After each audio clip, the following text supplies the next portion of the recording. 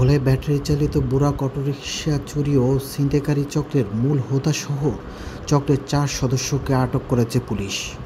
এ সময় তাদের কাছ থেকে চুরি হওয়া 5টি অটোরিকশা, বুরাক ও নগদ ৭৮,০০০ টাকা সহ চুরির কাজে ব্যবহৃত বিভিন্ন সরঞ্জাম উদ্ধার করা হয়। আটককৃতদের মধ্যে রয়েছে চোর চক্রের মূল হোতা ভোলা সদর উপজেলার বাপ্তা ইউনিয়নের বাসিন্দা মিলন ফরাজি। চক্রের আরও 3 সদস্যের মধ্যে রয়েছে নয়ন, সিদ্দিক, মৃধা, লিটন হাওলাদার। বুধবার দুপুরে ভোলা অতিরিক্ত পুলিশ সুপার সদর সার্কেলের দায়িত্বে নিয়োজিত মোহাম্মদ ফরাজ সর্দারের কার্যালয়ে এক সংবাদ সম্মেলনের মাধ্যমে এই তথ্য নিশ্চিত করেন তিনি। এ সময় তিনি বলেন, গ্রেপ্তারকৃত চক্রটি দীর্ঘদিন যাবৎ ভোলার বিভিন্ন স্থানে অটোরিকশা ও বোরাক চুরির কাজে নিয়োজিত ছিল।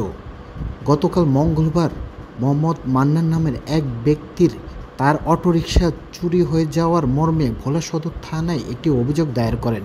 পরে অভিযোগের সূত্র ধরে ভোলা পুলিশ শহরের বিভিন্ন স্থানে অভিযান চালায়।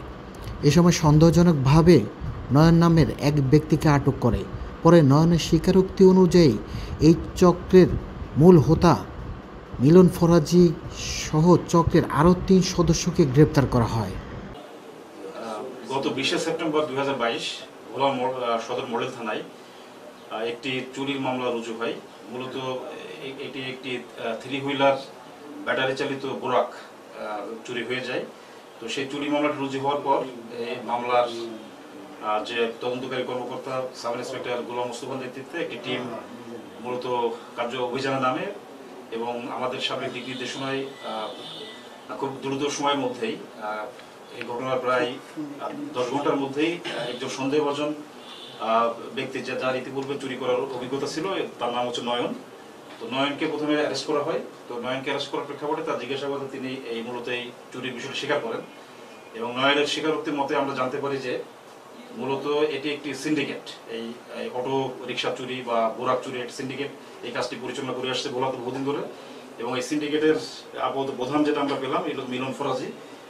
তিনি মূলত তার একটি গ্যারেজের মাধ্যমে মূলত এই কাজটি পরিচালনা করেন এবং আপনারা যেটা অবগত হয়েছেন যে সেই গ্যারেজের যে মালিক এই মিলন ফরাজি, তিনি তার কাছে একটু মাস্টার কি আছে, মাস্টার কি দিয়ে এরকম যে অটো রিক্সা বা 3 হুইলারের যে কোনো 3 হুইলারের এই চাবি দিয়ে মূলত খোলা যায় এবং এটা চুরি করা যায়।